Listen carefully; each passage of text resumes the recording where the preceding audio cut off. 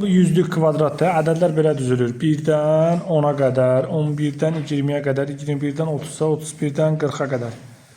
Belə burada 1, 11, 21, 31, ta 91. Burada 12, 22, 32 belə. Burada 3, 13. Yəni aşağı gedəndə 10-10 artır.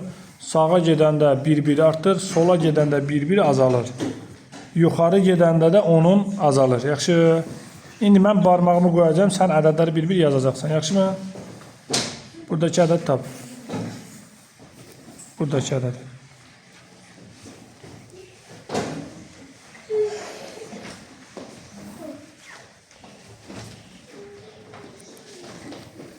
Buradakı ədəd tap. Buradakini də tap.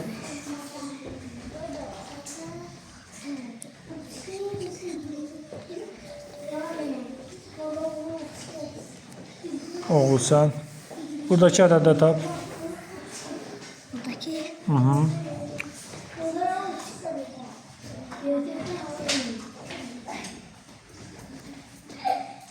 Oğuzhan. İndi siz buradakı ədədi tapın. Sizce buradakı ədəd neçə olmalıdır?